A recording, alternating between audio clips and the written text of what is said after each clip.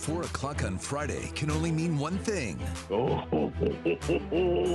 From St. Joe to Sao Paulo to Santa Clara, he's there every step of the way. And nobody knows the Chiefs like Nate Taylor. They will move Joe Tooney to left tackle. Now of ESPN, join CDOT on your home for Chiefs football. 96.5, The Fan. There is so many things that we need to get to with Nate Taylor. The two major stories to me with Kansas City are related to Josh Simmons and also related to Rashee Rice. Here is what Nate Taylor said earlier in the week about Josh Simmons. I do believe it's a family matter. I do believe, Josh Simmons is back in like the Southern California, San Diego area, which is, his hometown.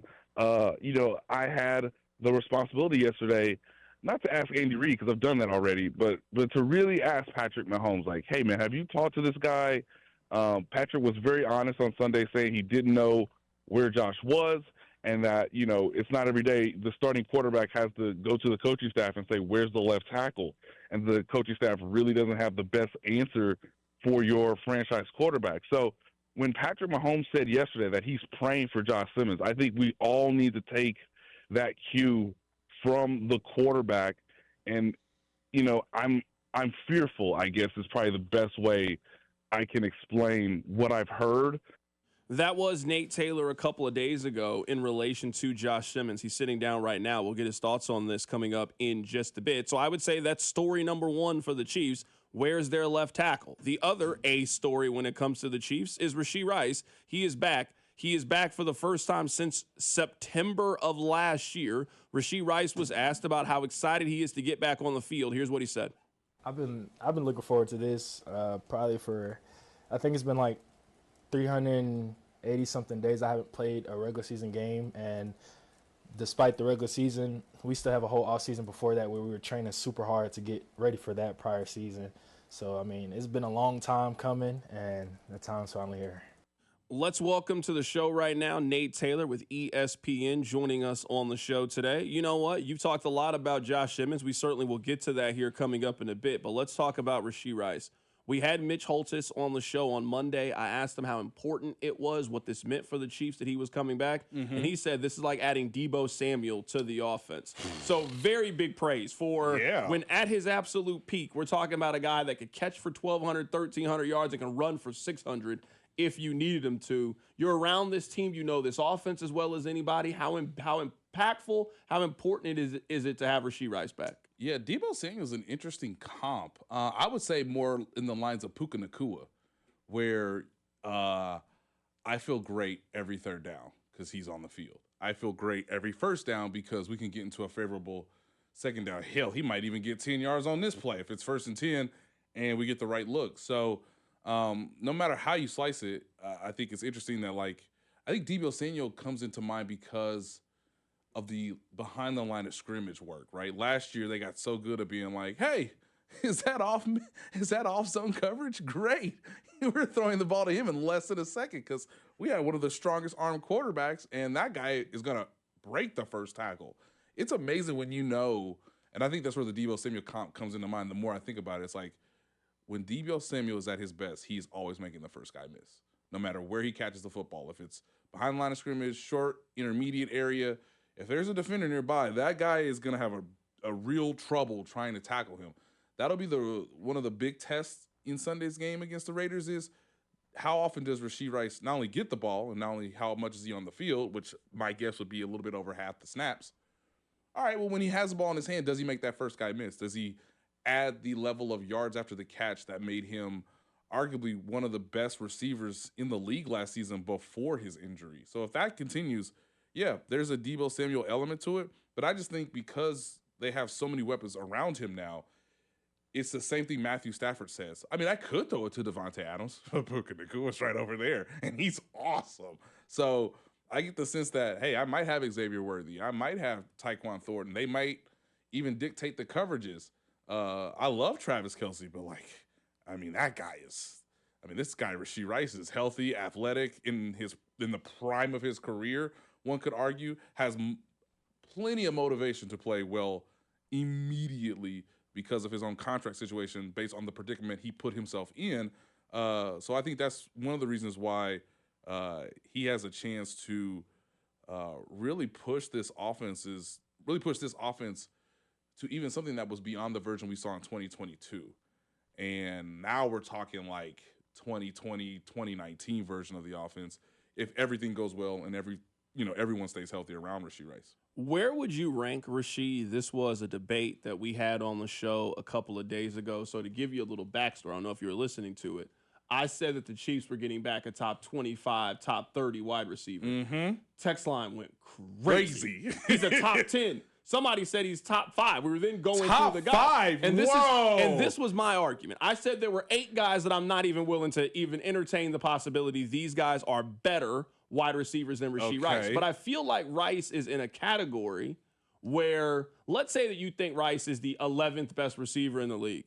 I also could make an argument that he's 25th because there's just so many good wide receivers in the National Football League. Right. So like a guy like Smith for the Eagles, Devontae Smith, what do I do with him? I think Devontae Smith is better than Rashee Rice, but if you put Rice ahead of him, I can't say that you're wrong if you end up doing that. Jalen Waddle, like I think once you get to that tier 2 and tier 3 of wide receivers, I think we're talking about 15 to 20 just very talented players. Where would you kind of have Rashee Rice ranked? I love this. I love every part of this because you, sir, sound knowledgeable and logical. I know some people on the text line who have seen the highlights because Rashee Rice already has a pretty nice mixtape, but consistency, doing it every down. He did do more than what was asked of him, more than even what the Chiefs thought he was going to do his rookie season. So if you're someone with the rose-colored glasses, you're thinking, man, just give me another full season, or just give me the rest of this season fully healthy, fully in his role. He's only going to be better than he was in 2023. And guys, he was excellent as a rookie. I understand that. He's not Puka Nacua, guys. Like, we have to see it. That's why this game is so fun, so fascinating. It's like, yes, Devontae Smith, guys, did he win the Heisman? Remind people. He won the Heisman. He's really, really good. The only reason why he's not the number 1 receiver in Philadelphia is because this guy named A.J. Brown, who's even better. And I also think, at least for me, when it comes to the rankings, like, I can't discredit the fact that Devontae Smith has been a healthy player and a productive player immediately in Philadelphia, where, sure, he's not their number 1 that you alluded to. But, I mean, I've seen him have a 95-catch, 1,200-yard season, followed up with 80 catches, 1,100 yards. Like, I've seen Devontae Smith do these things. With Rashee Rice, he didn't have 1,000 yards in his first season. He got hurt in his second season and then was suspended heading into year 3. Like, at this point, we are talking about that Rashee Rice has missed more games potentially than he actually has played in games so far in his career. So I just don't really know how to rank him compared to guys who have been doing it year in, year out for the last 3 to 5 seasons. Yeah, and the other thing, too, is, guys, you guys are, I understand, we're in Kansas City, we are serving our audience, our hometown. Devontae Smith is better than you guys think. You want to know why I can say that, guys? Because we all know who we watching play quarterback for them. Sometimes he has really good games. Sometimes he looks the way he's looked the last 2 weeks. Can you imagine if Devontae Smith had Patrick Mahomes or Matthew Stafford or Josh Allen or Lamar Jackson? Like, come on. Like, I know the text side here says, like, Matt Leinart also won the Heisman. Well, yeah, but I'm talking about, like, going into the league with certain level of skills. And again, to your point, Carrington, being productive, being someone that you could expect, that you could rely on, and cooked multiple times Jalen Watson in the Super Bowl. Jalen Watson has not really been cooked this year outside of the one time in Jacksonville. Think about that. And by the way, we all agree that Jalen Watson is not as good as Trent McDuffie. So when they put their quote-unquote number 2 receiver on your quote-unquote number 2 corner, that was advantage Eagles all day when both of them were healthy with 2 weeks to prepare in the biggest game that this sport offers.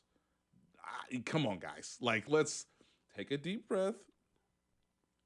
All right, exhale. Let's see what Rashee does in the Bills game. Everything that matters Sunday is in advance for the showdown in Buffalo once again, which I believe will largely dictate. I know there's the Colts and the Jags and God knows whoever else. I mean, we saw Pittsburgh lose last night. They could have been in the mix as well, or they can still be in the mix. But everything Rashee Rice does on Sunday is leading towards November 2nd, biggest game of the year to that point in the AFC, Chiefs at Bills. How does he do in that game? Because that is the first indicator as to who might have not only the tiebreaker, but the inside track to win the 1 seed, because the AFC is so much in this topsy-turvy manner right now. We'll see what happens again with Colts, Chargers. But for Rashee Rice, like, get him up to speed these next 2 games so that he can really offer against a quality opponent that we all know is going to be there in January. I want to move on from the Devontae Smith thing, because I'm looking at the text line, and the disrespect for Devontae Smith. It's wild. One person just said he was a good college player, but he's been average. I pray the Chiefs find an average receiver who over the last 4 seasons has averaged 83 catches, 1,100 yards, and 7 touchdowns of season. And doesn't have a good quarterback. Yeah, I hope that they find an average receiver like that. Has a maybe Pro Bowl caliber quarterback when he's right, when he's well protected, when he has a good running game. Like, everything was in place for Jalen Hurts last year, guys. They had a Super Bowl roster last year, and Devontae Adams again was awesome. Or not Devontae Smith was awesome in the Super Bowl. What are we talking about, guys? I actually was thinking this. I just wrote this down. I would love to go back and go through all the stories that you've written to see the very first story that you wrote about the possibility of their big 3 at wide receiver and having Rice, Worthy, and Brown. Yeah. And think about it. When you wrote this, if I had told you, I can look into the future and show you that their first game together won't happen until October 19th of 2025. You'd have looked at me like I was crazy if I had told you that. We have been talking about these 3 playing together for, honestly, 20 months now. 2 years. 20 months we have been talking about this. And finally, on Sunday at noon, there is going to be a time where on the field, it is Rashee Rice, Xavier Worthy, and Hollywood Brown all on the field at the exact same time. Yes. I mean, that was why draft night 2 years ago was so wild to me, was that you said, okay, well, they have Rashee Rice coming off an incredible rookie season, right? Helped you win the Super Bowl. Amazing. As a second-round pick. Okay, well, they got Hollywood Brown, who, if he stays healthy, fits this offense pretty seamlessly. And he's got a very good relationship with Patrick Mahomes already, which is one of the reasons why you were able to attract him to Kansas City. And then on draft night, you're telling me they get the fastest guy to pair with one of the strongest armed quarterbacks, when all the Chiefs have been trying to do for 2 years is get just something out of the deep ball portion of their offense. You just drop him in too. And again, it wasn't like, hey, this is the next Tyreek Hill. It's no, but the comparison that was right at the time, and it seemed to mostly hold true, is this is Deshaun Jackson. This is a Deshaun Jackson level player who's tougher than you think, but has so much speed that it's going to open up everything. And by the way, Travis Kelce's still in the mix. I couldn't believe that the Buffalo Bills were the team that was yeah, we'll trade with you, knowing that Xavier Worthy was still on the board, knowing that he was exactly the player the Chiefs were looking at for that range of player at that point in the draft, once all the left tackle options had sort of gone off the board. So that's the first day I wrote about it, Carrington. It was draft night when you said, oh my goodness, the offense now makes so much sense. And this is before you would know about Isaiah Pacheco's injury and the fact that you thought he was going to get better over the course of his rookie contract. Now he's had some dips. He's had a funk. He's maybe slowly starting to come out of it. So again, we'll see. But it's every skill position player made sense, and we haven't seen it until the first time we will see it. Even with Isaiah Pacheco, as again, you're still your starting running back, we won't see it until Sunday. I mean, ladies and gentlemen, I just put I'm just shaking my head. It's been a long time coming. It's been a long. I've wasted so much ink on this idea. Yeah. Right now, we're joined in studio by Nate Taylor of ESPN. Let's talk about Josh Simmons here. I guess these are my 2 main thoughts when it comes to Josh Simmons. Mm-hmm. I think they have left a blank, which then just causes human beings to try to fill in the blank and trying to figure out what it is. I don't want to play rumor of the day and what people are hearing with Josh Simmons. I think that's just that's a dishonest conversation and not a safe conversation to have when it comes to it. But I think the Chiefs in some way, by just leaving it so ambiguous when it first came out, has just led people to have their own theories when it came to it. And the second part, at least for me, is I just don't know why the Chiefs just didn't put this fire out at the very, very beginning. This could have been a non-story this week if Drew Rosenhaus, Andy Reid, and Josh Simmons had all equally released a statement. That's all they ever had to do was release a statement. Josh is away from the team right now, dealing with a close personal family matter. The team is on board with this. We are doing everything we can to support him. When we have an update, we'll let you know. Yep. I don't know why all three parties just didn't agree to do that from the very, very beginning. I'm not making it seem like it's some wildfire that's out of control, but it was a talking point on Wednesday and Thursday that it didn't need to be, that they could have eliminated on Monday morning. My best explanation as to why that didn't happen, which makes complete sense to me, Carrington, is they weren't talking. That they weren't communicating the way that they either intended or the way that you would want. And so because there's so much mystery around Josh Simmons, how do we communicate publicly in a way that we should? And that's the trick bag of this, man. Like, Drew Rosenhaus didn't know what was going on with his client for longer than the agent would like to know. And again, this is Drew Rosenhaus, ladies and gentlemen, one of the super duper premier agents in the league, been doing this for quite some time, right? By the way, I want to also tell you that one of his other clients is Tyreek Hill. So just keep that in perspective. He also was Antonio Brown's agent at one point. So if there's anybody he was also Terrell Owens' agent. Yeah, if there's anybody that knows how to deal with the crisis, it's Drew Rosenhaus. So that's been actually probably the more surprising element of this, is that Drew Rosenhaus is trying to understand everything that's going on with Josh. So therefore he has chosen to not really say anything publicly, or even behind closed doors that's not involving very, very high-ranking officials with the Chiefs. And people can basically allude to who that is. When it comes to Andy Reid, you got to say something, man. And so it took us 5 days, Carrington. It took us earlier today for Andy Reid to say something that was actually accurate. He didn't want to say it, but or maybe he meant to say personal, but he said family situation. And that, based on our even text, seems to be the most accurate thing that the team can say right now, that it's a family situation. And sure, that includes some level of personal part of it. And that he still doesn't have a timetable as to when Josh is going to rejoin the team. I know people have asked me via Twitter or just, in passing, like, could they put him on the non-football, injury list, whatever designation that would give him and the team, honestly, 4 weeks to sort of better understand what's going on and obviously help the player situation.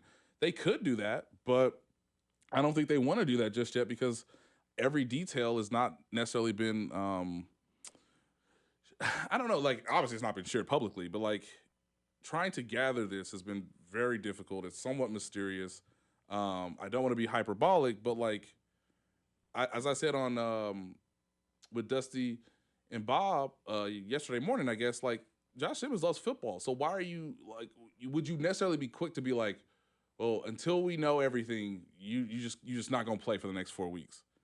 Well, that might not help the actual situation involving Josh Simmons, whether it's him personally or his family as a whole. So it took until Friday for a Hall of Fame coach who's been doing this for 27 years to say actually what it probably is, which is a family situation. And because of what I said earlier, well, the agent doesn't feel inclined to share anything, again, publicly or behind closed doors. The best the team has come out with is basically what Andy Reid said today, and we will see if we get another update next week. All we know is that he's not playing on Sunday against the Raiders. If you're just now tuning in, like, Josh Simmons is not playing. He's not here. He's not here. Yes, to your point, we honestly don't know where he is, because now I'm sure you've heard certain things where it's like, well, is he in San Diego? Well, is he in California? Like was said on NBC. Well, is he somewhere else? It's like, I don't know. So this is kind of where I am. Yeah. In all of this is, if he's not back by next Wednesday, I don't think he can play before the bye week. Like, I don't know if you could be in a situation where, so, like, let's say he's not back by Wednesday. Right. Whenever they start practicing for Monday Night Football against Washington. Right. That would be actually Thursday. Yeah, That'd be Thursday. So Thursday. Yeah. So I would assume that he is not playing on Monday Night Football against Washington. I don't know then how in that scenario, if Jalen Moore starts for 3 straight games at left tackle, you are going into your most important game. You can then play Josh Simmons at left tackle. Especially when you have no clue what he's been doing. You don't know if he's been working out. You don't know any of those things because he hasn't been around if that's the case. So if that's what we're talking about here, then if he's not back by next week and at least practicing and ramping up to play for the Buffalo game, then the official stance, at least for this show, is going to be, I don't think he should play against Buffalo. There is a bye week, and then we can reevaluate where we are after the bye week. That gives you a month's time of taking care of your personal business, doing everything that you need to do, and then are you locked in? Are you ready to come back for the second half of the season and help us go win a championship? Yeah, and that makes perfect sense because you do not have the level of urgency and honestly desperation that they had at the position last year.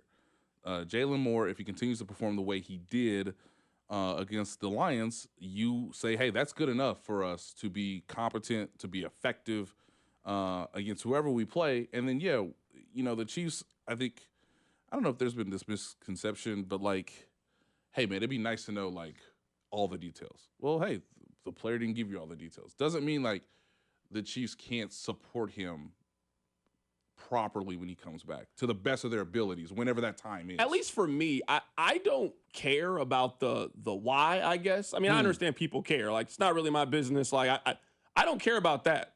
It's our job to talk about you at your job. You ain't at work.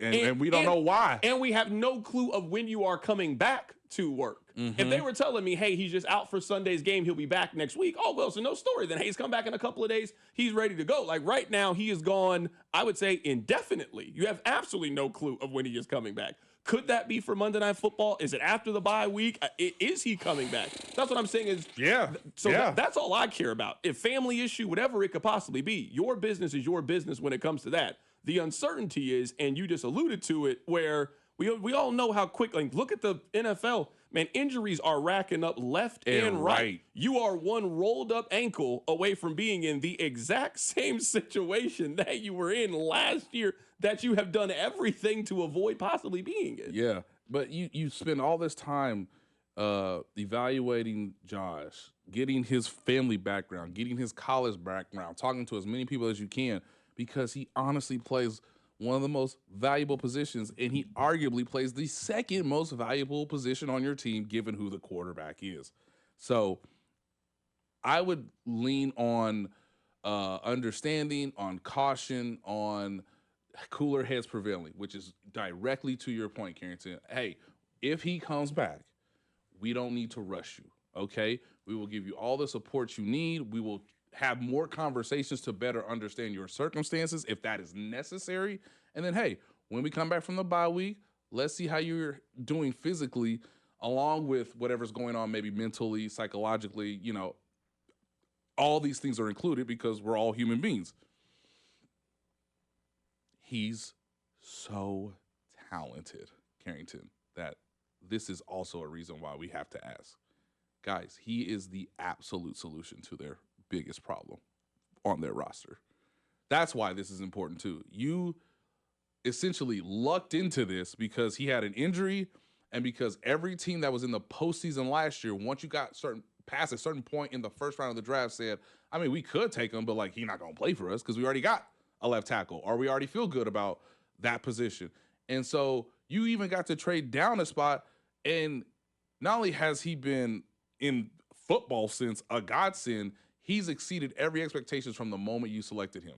And if you want to win a championship, the easiest path towards doing that is him getting better over the course of the season whenever he comes back, because he is that talented. He is a Pro Bowl caliber player already, and he's probably, if he stays on the field, if everything goes the way it's been going over the first 5 weeks of the season, he's going to progress towards perhaps an all-pro player at the position. That's how good he is. That's how valuable he is to your team compared to every other team in the league, and you don't know all the details as to why he left the team. That's why it's important.